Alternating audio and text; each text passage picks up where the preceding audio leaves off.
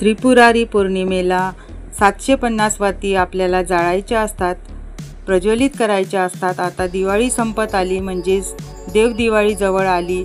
4 नोव्हेंबरला रात्री 10:55 पौर्णिमा सुरू होत आहे ते 5 नोव्हेंबर संध्याकाळी 5:55 पर्यंत थोडंसं मागे पुढे वेळ होईल, पण अशा पद्धतीने त्रिपुरारी पौर्णिमा म्हणजेच देवदिवाळी येत आहे। या दिवशी बऱ्याच काही गोष्टी आपल्याला करायच्या आहे। वसुबारस दिवशी आपण पंत्या, आकाशकंदील हे सर्व लावायला सुरुवात करतो आणि देवदिवाळीपर्यंत म्हणजे त्रिपुरारी पौर्णिमेपर्यंत हे कायम ठेवायचे असते। आता त्रिपुरारी पौर्णिमेला सुद्धा दिवाळीच आपल्याला साजरी करायची असते। ती कशा पद्धतीने किंवा या दिवशी या 750 वाती लावतात त्या कशा पद्धतीने, या सर्व गोष्टी मी तुम्हाला आजच्या व्हिडिओमध्ये सांगणार आहे। प्रियानीज ब्लॉगमध्ये आपले सर्वांचे स्वागत आहे। त्रिपुरारी पौर्णिमा ही आपल्याला 5 नोव्हेंबर रोजी साजरी करायची आहे, कारण 4 नोव्हेंबरला रात्री उशिरा ती सुरू होत आहे। 5 नोव्हेंबर पौर्णिमा सकाळी लवकर उठावे, आंघोळ, स्नान, जे काही आपल्या दिनचर्याची कामे असतात ती करून घ्यावी। त्यानंतर घरातील संपूर्ण स्वच्छता करावी। घराची स्वच्छता केल्यानंतर एका ग्लासमध्ये किंवा तांब्यामध्ये पाणी घ्यावे, त्यात चिमूटभर हळद घालावी। हे सर्व पाणी तुमचे अंगण, पोर्च जे काही असेल त्यामध्ये शिंपडावे। याच पाण्याने उंबरा धुवून घ्यावा। त्यानंतर उंबऱ्यावर हळदीचे लेपन करावे। दरवाजा देखील स्वच्छ पुसून घ्यावा आणि त्यावर स्वास्तिक काढून बाजूला 2-2 अशा 4 रेषा काढून घ्याव्या व बिंदू काढावे। त्यानंतर सूर्याला अर्घ्य आपल्याला द्यायचे आहे। सूर्याला अर्घ्य देताना लाल चंदन किंवा लाल कुंकू, अक्षदा आणि एक लाल फूल असे घालून आपल्याला तांब्याने सूर्याला अर्घ्य द्यायचे आहे। ओम घृणी सूर्याय नमः या मंत्राचा या दिवशी म्हणजे सकाळी 2 मिनिट, 3 मिनिट, 5 मिनिट तरी आपल्याला नामस्मरण करायचं आहे आणि सूर्याला अर्घ्य द्यायचे आहे। सतत दररोज सूर्याला अर्घ्य दिल्यास खूप जास्त चांगले याचे आपल्याला परिणाम दिसून येतात। तेही उगवत्या सूर्याला 6:30 ते 7ला, जेव्हा अगदी सूर्योदय होतो 6:30च्या दरम्यान बघा सूर्य चांगला दिसून येतो। त्यावेळेस जर आपण हे केले, सूर्याला अर्घ्य दिला दररोज, तर सूर्यदेवांची आपल्यावर खूप जास्त कृपा राहते। आता यानंतर आपल्याला काय करायचे आहे, तर यानंतर आपल्याला देवघरासमोर बसायचे आहे।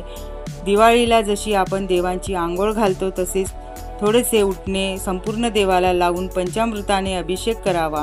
प्रत्येक देवाला करावा। अगदी महाराज, गणपती बाप्पा, लक्ष्मी, कृष्ण या सगळ्यांना छान असे अभ्यंग स्नान घालावे।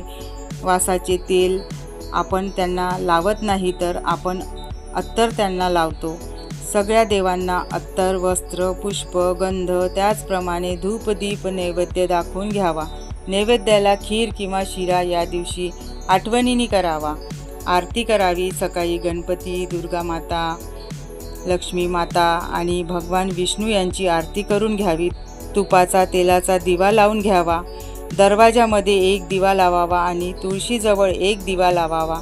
त्यानंतर संध्याकाळी बरोबर 5 वाजता घर पुन्हा एकदा स्वच्छ करून घ्यावे। घर स्वच्छ केल्यानंतर संध्याकाळी आपल्याला सत्यनारायणची पूजा करायची आहे। बघा, 5 तारखेला संध्याकाळी सत्यनारायणची पूजा घरातल्या घरात केल्यास ती महिला देखील करू शकतात। मात्र तुम्हाला काही कारणाने जमत नसेल तर तुम्ही गुरुजी बोलावून देखील 21 शुक्रवार संकल्पयुक्त सत्यनारायण घरामध्ये करू शकता। अट एकच आहे की यात पूजेचा जो प्रसाद असतो तो बाहेर कोणालाही देऊ नये, तर तो घरातच वापरावा। आता हे सर्व झाल्यानंतर आपली देवपूजा किंवा सत्यनारायणची पूजा झाल्यानंतर 750 वाती आपल्याला एकत्रित या दिवसात बाजारामध्ये मिळतात, म्हणजे तिथे आपलं पूजेचं सामान मिळतं, तिथेही त्रिपुर वात मिळते। 750 वातांची एकत्रित केलेला तो बंचच असतो, कारण घरात इतक्या 750 वाती एकत्रित करायला आपल्याकडे तसा पुरेसा वेळ नसतो। घरामध्ये ज्येष्ठ नागरिक म्हणजे आई, आजी कुणी असेल तर अवश्य घरातच करून घ्याव्यात, तर त्या जास्त चांगल्या असतात, कॉटनच्या असतात, जास्त पटकन जळत नाही। आता या सगळ्या एका पंतीमध्ये घालून यामध्ये तूप किंवा तिळाचे तेल घालावे। तूप घातले तरीही चालेल। तिळाचं तेल घातलं तरीही चालेल, मात्र या फुलवाती असाव्यात, म्हणजे या लांब वाती नसून फुलवाती असाव्यात आणि त्या एका मोठ्या पंटीमध्ये ठेवून देवघरासमोर प्रज्वलित कराव्यात। असाच एक बंच अजून एक आणून एखाद्या मंदिराच्या इथे, कोणत्याही मंदिराच्या इथे किंवा नदीपाशी सुद्धा दीपदान या दिवशी करतात। म्हणजे 750 वातींचे 3 बंच जर तुम्ही आणले तर एक आपल्या घरामध्ये म्हणजे देवघरासमोर प्रज्वलित करायचे आहे, दुसरे एखाद्या मंदिरासमोर प्रज्वलित करायचे आहे आणि तिसरे नदीच्या समोर म्हणजे घाट जिथे असतो तिथे दीप प्रज्वलन आपल्याला करायचे आहे। हे नाही जमले सगळ्या ठिकाणी तर फक्त देवघरासमोर तरी 750 वातींचे प्रज्वलन आपल्याला करायचे आहे। वर्षभरात काही कारणाने आपण कधी दिवा लावत नाही किंवा काय, तर यासाठी सुद्धा हा असतो आणि याच दिवशी त्रिपुरासुराचा दैत्याचा या वध केलेला होता, म्हणून सुद्धा देव दिवाळी साजरी केली जाते। सर्व देवांनी मिळून हे संकट टाळलेले होते, म्हणून या दिवशी देव दिवाळी साजरी केली जाते।